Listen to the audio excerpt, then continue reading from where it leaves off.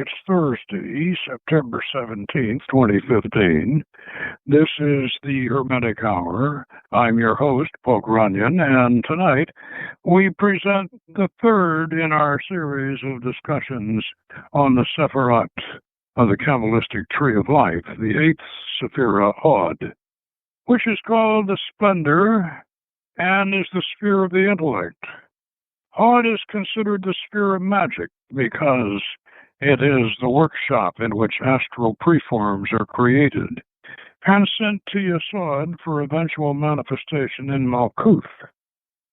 It is presided over by the archangel Michael, some say Raphael, and is operated by the craftsman-alchemist gods of various traditions: Thoth, Hephaestus, Vulcan, Tubal Cain, and our Canaanite pantheon, Kusor and Kusor. It is also the sphere of the Elohim, the gods, and the Beni Elohim, the sons of the gods. And so we might say it is strongly pagan. We consider it Kusor's library, laboratory, and workshop. Once again, we will cite Dion Fortune, John Michael Greer, and Gareth Knight, and our own Hermetic Yoga book. So if you want to get something done magically, tonight we will visit the place where creativity flourishes. Hod, as spelled H-O-D in English, and as you know, that is just to the left side of Yesod, and what I'm going to do to start off with, I'm going to read what we have to say about Hod in our Hermetic Yoga book. And Hod, sphere of the intellect, creativity, and science, Mercury. Hod is the sphere attributed to Mercury and reflects mythological and astrological mercurial qualities and faults. We try not to operate in the sphere when Mercury is in retrograde. The mythological figure attributed here is Mercury, the messenger of the gods, and also various blacksmith and craftsman gods, such as Hephaestus, Vulcan, the biblical Tubal Cain, and his Canaanite predecessor, Kusor and Kusor, who was secretly married to Anath and the father of Shamgar, and also of the military-industrial complex. Kusor built the first boat for the Phoenicians.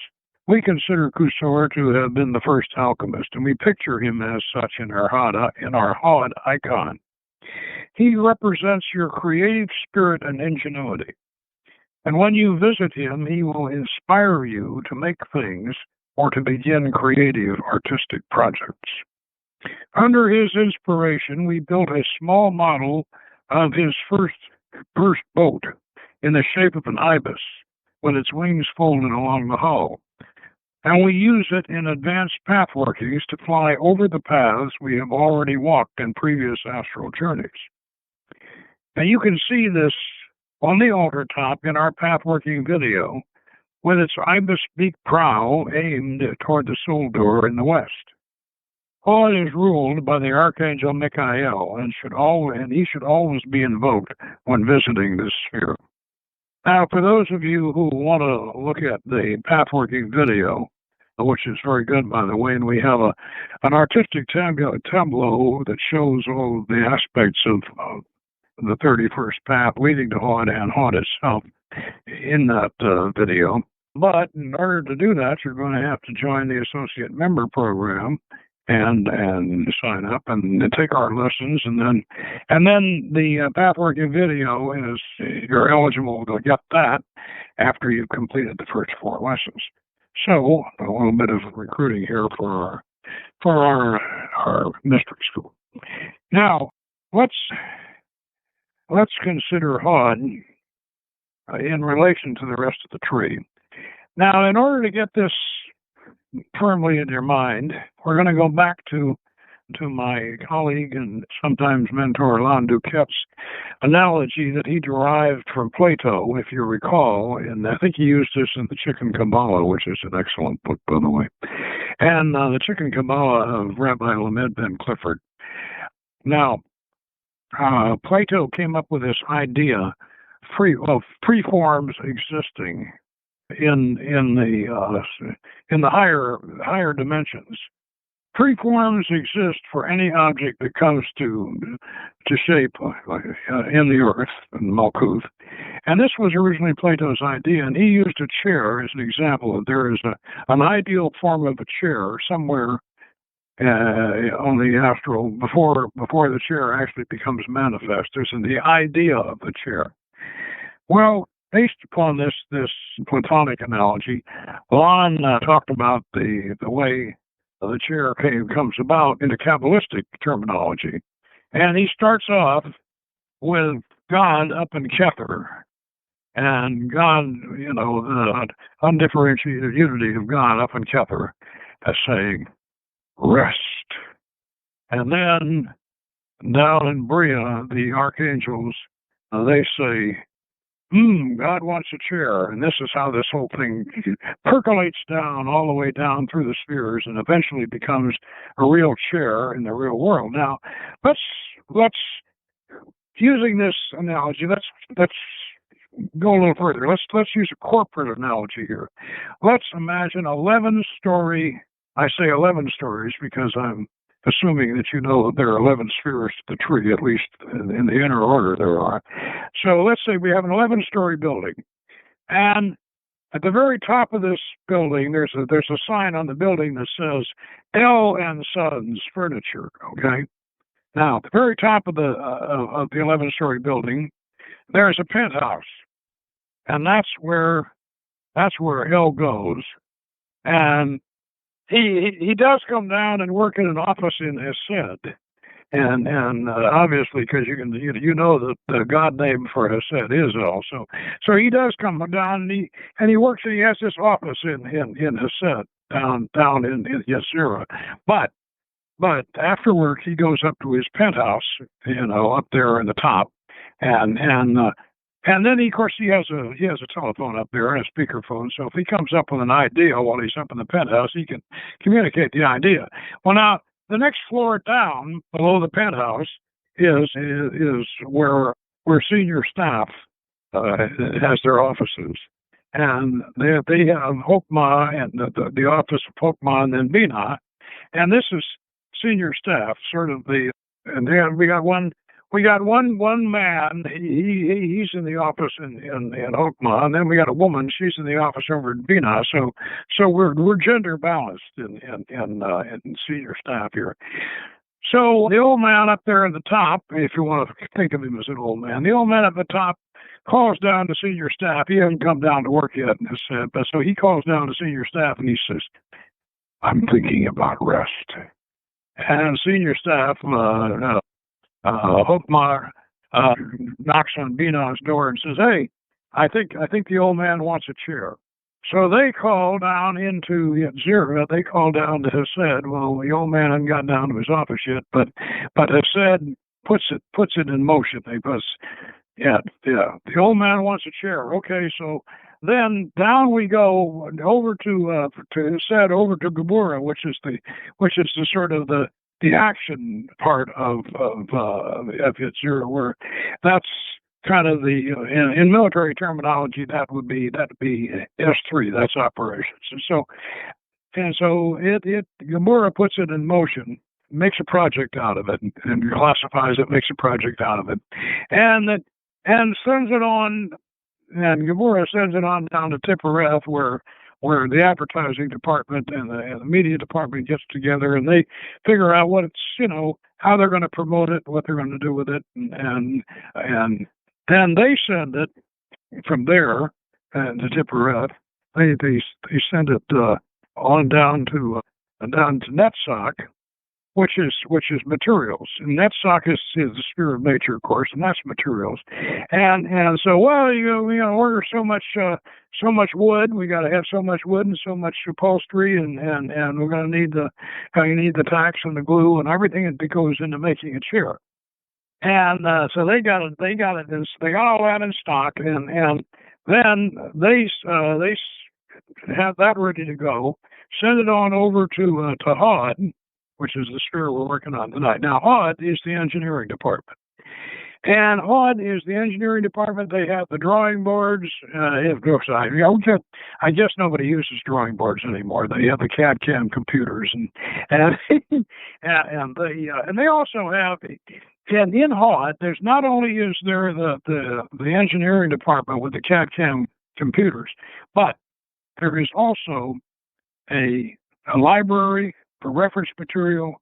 There is a laboratory for coming up with various chemical solutions and things like that, laboratory, and there is a workshop for building prototypes. And this is very important. So they actually can come up with the blueprints, and they can come up with all of the necessary chemical substances or whatever, and they have this workshop build the prototypes, the machine shop, and everything else, so they can turn out the hardware, whatever. So they come up and they build the prototype, and they come up with the blueprints. So what do they do with them? They send it on down because the orders come down from the top that we're going to build a chair, and they send it down to Yesod, over to Yesod, and that's where it actually gets manufactured. And what happens to it after it's manufactured? It goes right down the 32nd path, and it shows up on the showroom down in Malkuth, where you and I can go and buy it, because, you and I all have a little bit of God in us. God wants a chair for us, and so we got the chair there, and we can go in and buy it. Now, I know this is a kind of a crass analogy, but it kind of gets some of the ideas we want to get across. Because what we have here is if you could think of this, most of us have seen corporate org charts. I know we used to do them all the time where I used to work, because Andrea and I both. And so you've kind of got an idea of how this thing breaks down as far as dimensions are concerned. Because remember, this tree is 4-dimensional. So if you want to think about how it functions, you can use this 11-story building analogy. And now, talking about Hod a little bit more here. One of the main attributes of Hod, of course, is Mercury. That's the planetary attribute, and the astrological attribute, and the mythological attribute. Now, Mercury is a very interesting planet symbolically, and this you can sort of think about. Mercury has a dark side, and it has a hot side. It does not rotate. It has a side that is always facing the sun.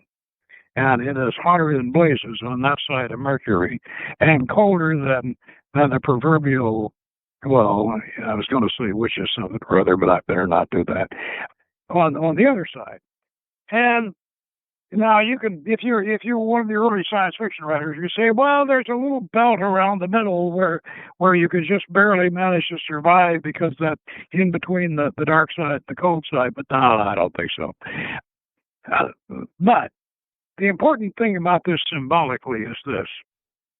Mercury has very definitely a tremendous duality, and that duality carries through, because there's just as much good and light and good and creative ideas and all coming out of Mercury. But conversely, there is a great deal of evil and that comes out of Mercury, especially when we look at the, as we mentioned before, the military-industrial complex, because this is a perfect example of the two sides of Mercury. And all of this cleverness and all of this intellect goes into making weapons of destruction and weapons of mass destruction, and creating things like modified food and all of these scientific what we originally thought were scientific miracles that have turned out to be not really so much good for us.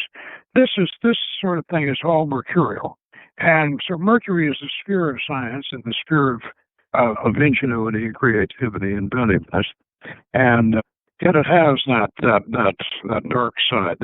The archetypal villain of Mercury would be the mad scientist, it's alive, Fritzo, it's alive. Oh yeah, the typical mad scientist with the steampunk goggles and the Tesla coils crackling in the background. That's the evil archetype of Mercury. Now, another aspect of Mercury, which we mentioned just as we started here, is the pagan aspect of Mercury. And this is one that, by the way, Dion Fortune spends a lot of time in her book on the mystical Kabbalah. She spends a lot of time philosophizing about this. And Gareth Knight, who knew her very well and draws upon her, he simplifies a lot of her philosophical and psychological meanderings and in his practical guide to Kabbalistic symbolism. But all of them, Dion Fortune, Gareth Knight, and John Michael Greer, they all agree that Mercury is the sphere of the gods. And this is very, very important, and especially important to magic.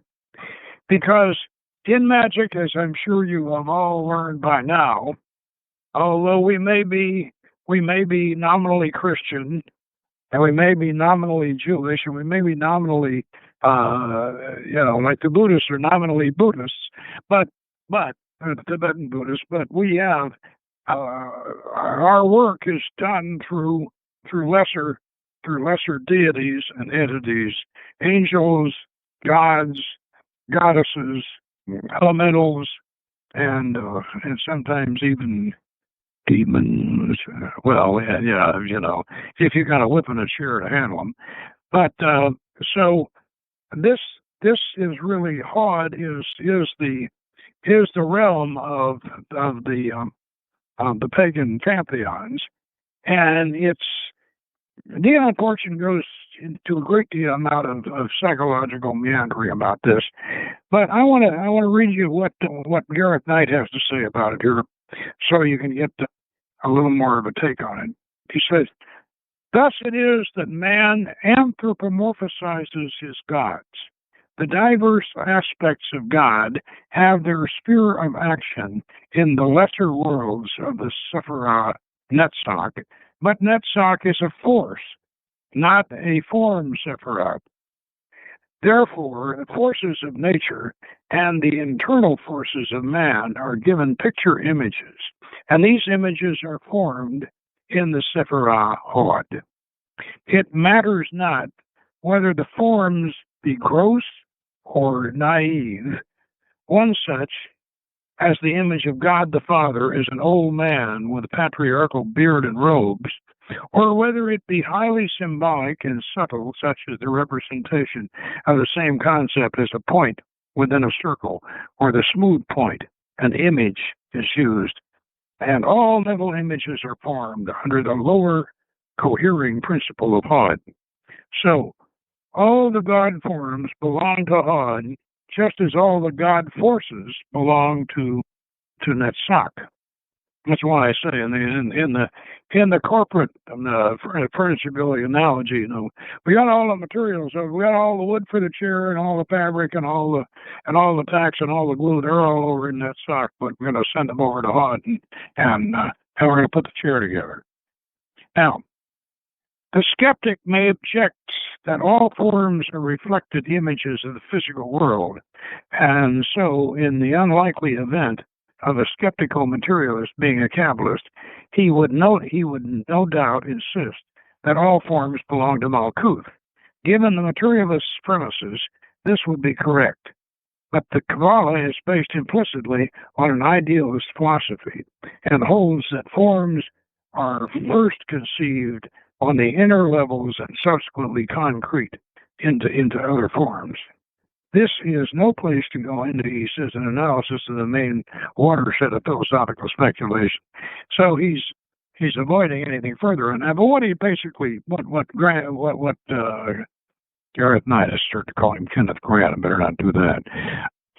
What Gareth Knight's getting at here is that forms are higher and forms of beauty. Plotinus, by the way, went into that quite a bit, into the nature of beauty And one thing that I learned from Plotinus and also from this speculation about these forms is that works of art, beautiful sculptures, beautiful paintings, works of art, are, if they are preserved, and they should be, have a permanence to them because, and they don't fade away just because the paint has dried and the sculpture is finished and all of that. That doesn't mean that decay is necessarily setting in. It may, but if it's preserved, what happens here is that it lives on, and the reason why it does is because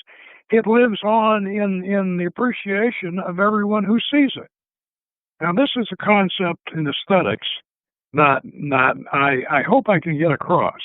I know aesthetics is something that there's a whole school of thought called aesthetics. In fact, there's a whole academic school called aesthetics. And I remember Fred Adams was fascinated by aesthetics, and I never was able to grasp some of their concepts, but this is a concept I do grasp, and it is in the realm of aesthetics.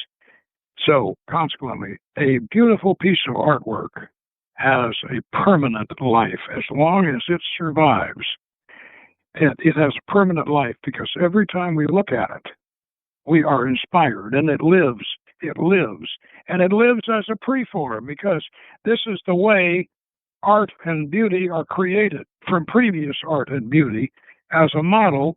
And we're just mentioning this.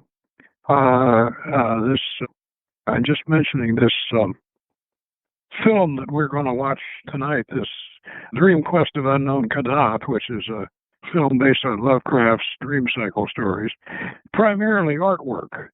And I noticed when I saw the cover of this, that this artist, I better mention his name if I'm gonna talk about this. This artist, let's see, his name is Jason Thompson. He's also got a graphic novel on the Dream Quest of Unknown Qadath. And his style is inspired by the same illustrator that illustrated Lord Dunsiny's stories, and of course Dream Quest from Unknown Qadath is very much influenced by Lord Dunsany. And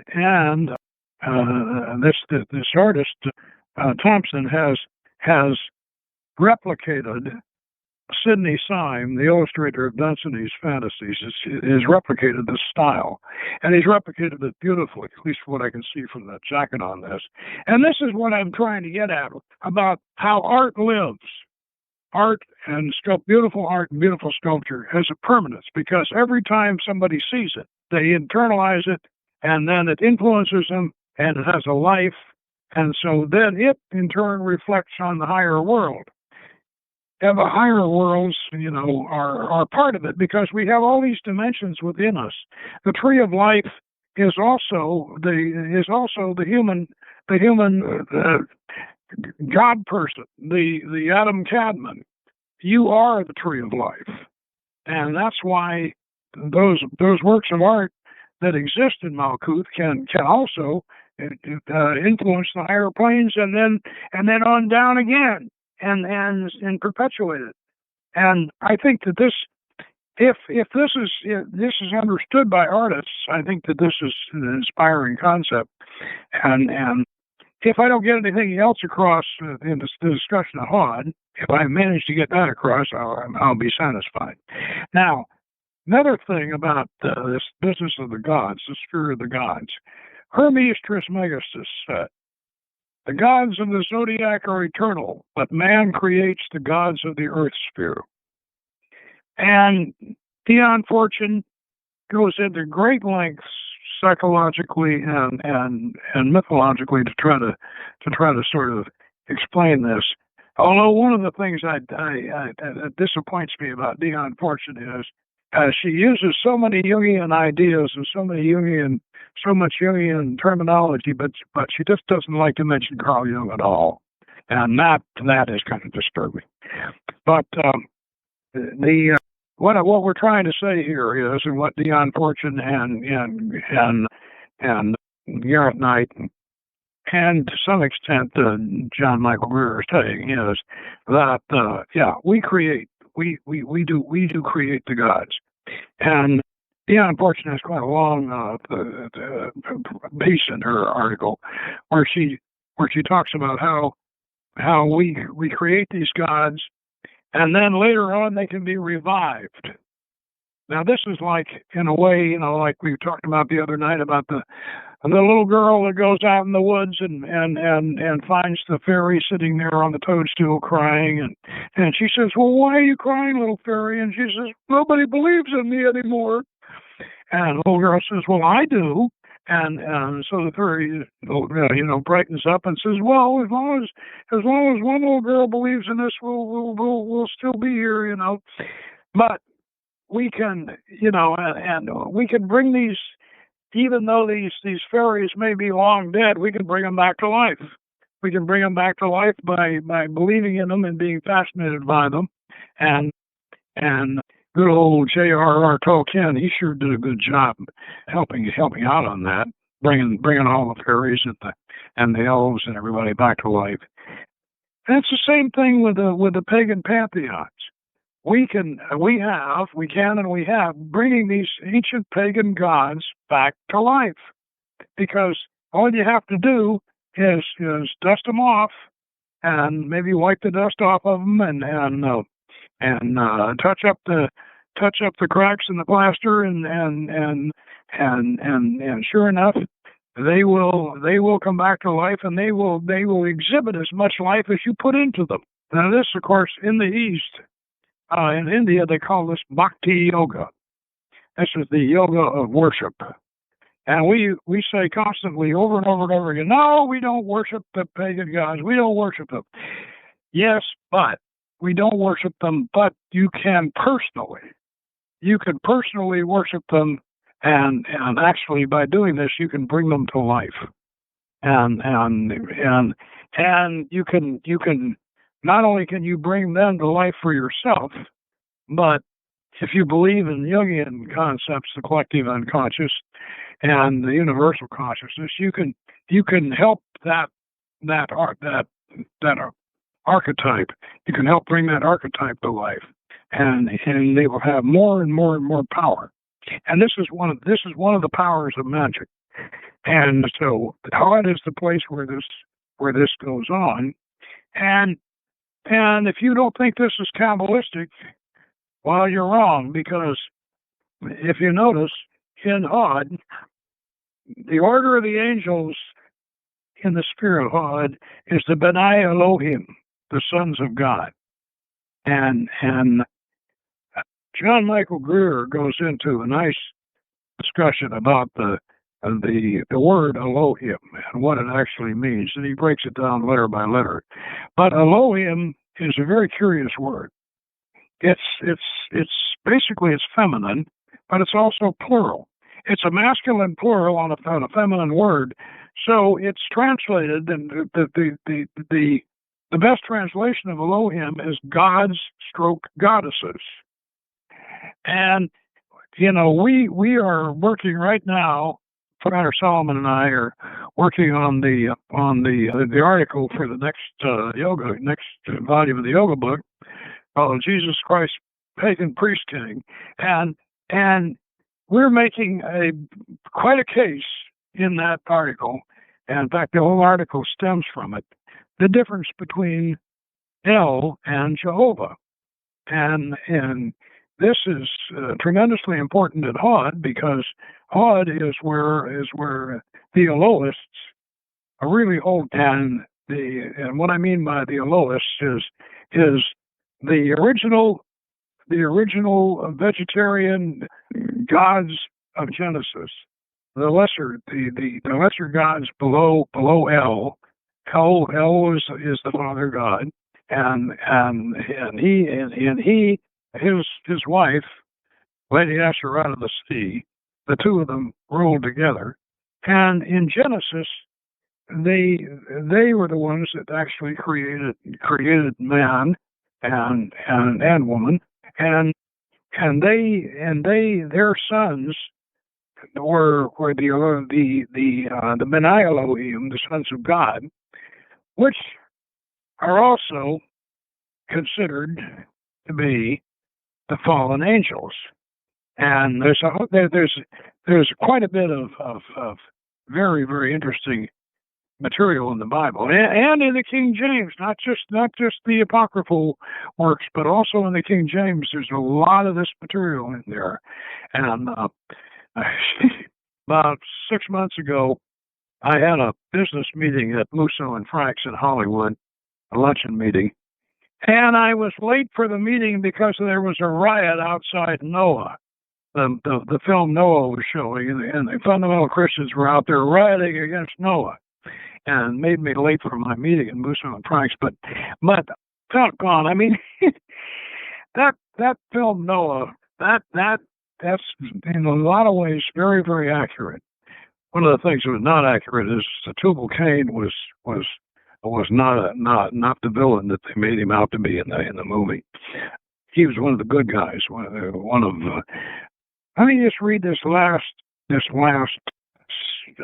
thing that Gareth Knight has to say about the. If I can find it here, about the Elohim, the fallen angels. And here it is. As a last consideration, there is an interesting tradition which says that the Beni Elohim, the sons of God, were sons and daughters of other spheres who came down to earth in very early times and mated with humans, producing a race of wisdom, the like of which has never been seen since. The mating and the offspring, though wholly at first, degenerated into evil beings of great power, who in the end had to be destroyed. This fact is said to lie behind many strange legends of all races, and the fact that these beings were androgynous and could use either sex at will is no doubt the foundation of such legends as that of Sodom and Gomorrah. The magical image of Hod is, of course, the hermaphrodite, and the tracing, though of such correlations, is often very strange. And the magical alphabet of symbols is a pursuit of great interest and fascination. Though, as with all fascinating pursuits, particularly esoteric ones, it is well not to let this one's enthusiasm go too unleashed, for there is a very treacherous and shifting boundary between the virtue and the vice of law and truth and falsity. Yeah, very interesting, because the fallen angels, as many of you know, but listening to our broadcast, the fallen angels are actually in many ways analogous to us ourselves. We are, in many ways, the fallen angels. And the fallen angels, they when we say they lusted, when the Bible says they lusted after the daughters of men, no, they didn't lust after the daughters of men, because the daughters of men were not all, if you're godlike, the daughters of men were not that attractive. And of course, as you know, later on, when the fallen angels came down, they taught the daughters of men how to put on lipstick and eyeshadow, and because they really were not as comely as the Bible said they were until they taught them how to fix themselves up. And so, but the point that I'm making here is that they didn't lust after the daughters of men. What they lusted after was the adventure of the flesh, the adventure, the challenge, the adventure of living. This is something that discorporate beings don't have. And this is why Malkuth, the kingdom, is so important, and why we mentioned this before. Malkuth is where things get done. Malkuth is where you come to life. You know, when you're dead, you can do a lot of thinking, a lot of contemplating, a lot of ruminating, and you can think about, well, I'm not going to make that mistake again, and then of course you go right back and do it again. But the kingdom is important because it's where it gets done. It's where you play the game, and they wanted to play the game. But the problem is, if you play the game too hard, if you if you dissipate yourself and you get gluttonous, you get fat and you get sick and so all of the various things that are so much fun to do have a dark side, and the more you get fascinated with the idea of how many toys you can collect and how much sex you can indulge in and how much power you can acquire, there's a devolvement here. You're moving away from the spirit, and this is what's meant by the fallen angels. And this is why we are analogous to the fallen angels. And one of our inner secrets is you can say, is not only can we say you are God, but you're also a fallen angel, you know. And that's one of the things that you should be aware of in Hod, is this, you know, this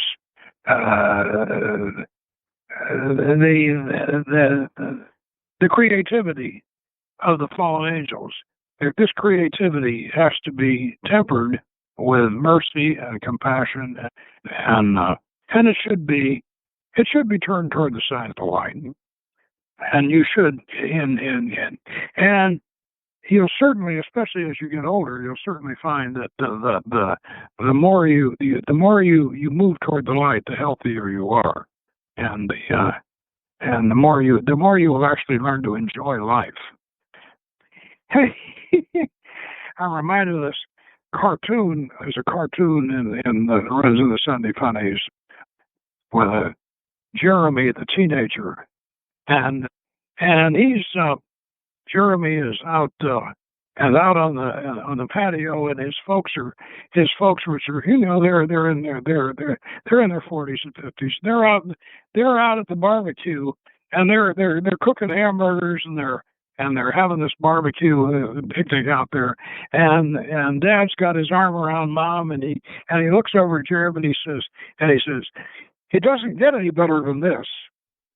And Jeremy suddenly jumps up and screams, "What?" You know, and I thought, when I saw that, I thought, I'm going to cut this out and save it, because this is quite frankly, this tells it all. If you could just somehow or other, when I was a kid, I thought the same way. I felt the same way. I mean, middle class America enjoying barbecue in the backyard. This can't be all that it's all about. But when you think about it, here's the family together, doing it. The family together having a picnic in the back, a barbecue in the backyard.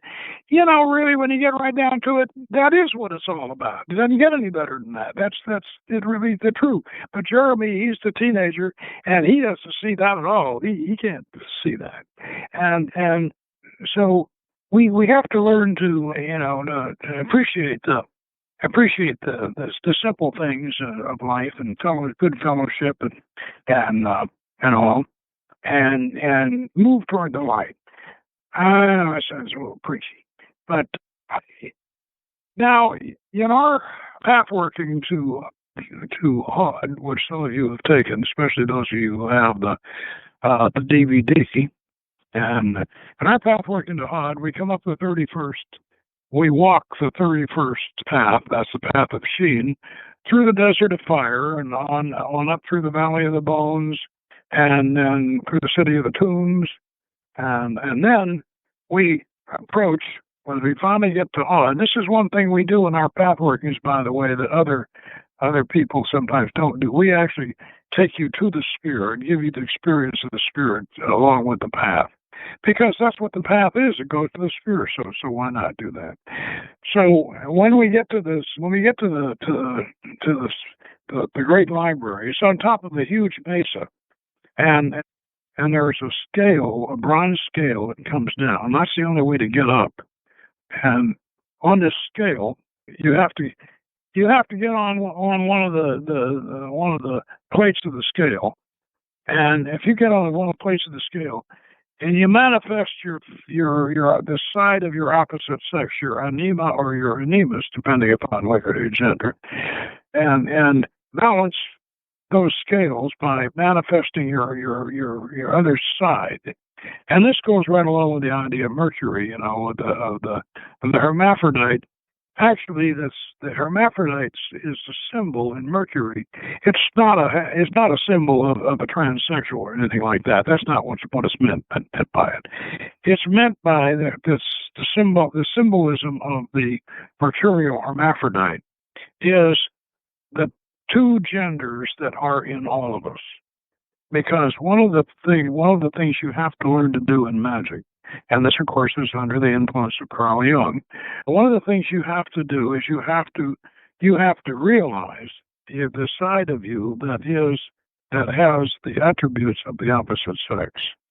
Now, Jung referred to these as the animus for the man and the anima for the woman. There's a lot of psychological projection that goes on between the two, and whatever. But because when you get a terrible crush on somebody back when you were younger, we've all had this experience when at a certain age, usually a teenage experience, where we get madly in love with some girl or some boy, and just madly in love with them. And what we're doing when we do that is we're projecting our animus or our anima onto this other person. And if they are clever enough, and I think young girls take courses sometimes in doing this, and how to let him reflect, how to let me reflect his anima back onto him, because if the girl is or the boy is clever enough to play along with that projection, then you could really, really go head over heels in love with them, and it's very, very hard to realize. You suffer from this infatuation until something finally gets you to realize that this is not your anima or your animus. This is not your anima or your animus. This is another human being, and that's something you need to learn to do. That's part of the process of individuation. Anyway, when you can balance it, then the scales will let you go up to the top of the library. And in the library, what we have in our pathworking, in the library, we have all the books and all the scrolls and all the clay tablets and everything that's ever been written, and it's all there in a language you can read. And but right in the center is a great big well, because Mercury is a water temple. And right in the center is a big well, and over the top of the well hangs an armillary sphere, a clockwork armillary sphere of the whole universe, or at least our universe, our solar system. And that's reflected down in the well. And you can look down in the well, that's the well of truth, and you can look down in the well and you can see the solar system and the universe reflected in that well. And you can see the past and the future in that well, in a general sense. Now, in our pathworking, we have down in the basement. You can hear the Tesla coils crackling, and you can smell the ozone from the alchemical laboratory, and you smell the chemicals. And down there is where Kusor has his alchemical workshop. So that's our version of Hod, and you can discuss the tiers of the library are held up by great heads, these great attenuated head sculptures of the great philosophers of this age and earlier ages, and you can go to these heads and you can discuss with them. You can have discussions with them. So this is the way we represent the sphere of Hod. If you go there on a pathworking, and you can get information, about yourself and information about things. It's kind of our version of Google and or Wikipedia. So, but the difference between us, between our version of Hod and Wikipedia and Google, is that this, if you remember, Socrates said, we don't learn anything. We just remember. while going along with that, there is so much information buried in your memory, in the deepest parts of your memory. You have no idea how much pretty valuable information about yourself and about the world in general is buried way down in the deepest regions of your subconscious. And once you start accessing it, and our path workers are a very good way to do that. Once you start accessing this remembered information, you're going to be amazed at what it is that you already know. And now, Hod, as I said, is the sphere of creativity. This is where the plans are made, and this is where the prototypes are created. Every time I go, and you can do this you don't have to just do this in the path working. You can do this in your yoga. You can go when you go up to Hod. You can go in the sphere and talk to Kusor. Every time I go in there, he's got a bunch of projects that he wants me to do, and I'm overdue on some of them. And I almost kind of want to skip Hod sometimes because I know the first thing he's going to say when I get in the workshop is, well, what are you doing on this? Or when are you going to do this? He bugged me for a year to get my signet ring finally made, and I finally did it. So but he's got a couple of other projects that he wants me to do that I am behind on, but he'll come up with some fantastically good ideas, and then as you go higher up, you may run into entities that will say, oh, that isn't that important. You got something else to do, and so you have a whole these gods, which all their work kind of ends up manifesting down at Hod, but which is the workshop of the interior or the astral plane.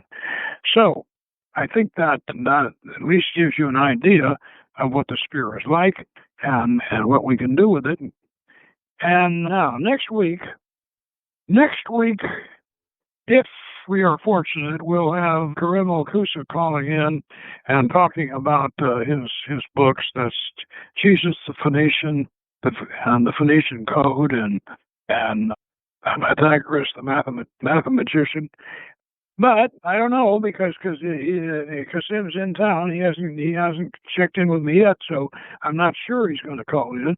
And if he doesn't, we'll do Netzach. We'll go over to the sphere of nature where Astarte lives and where all the materials are nature put together, and we'll do Netzach, and that will be always a beautiful place as being the sphere of nature.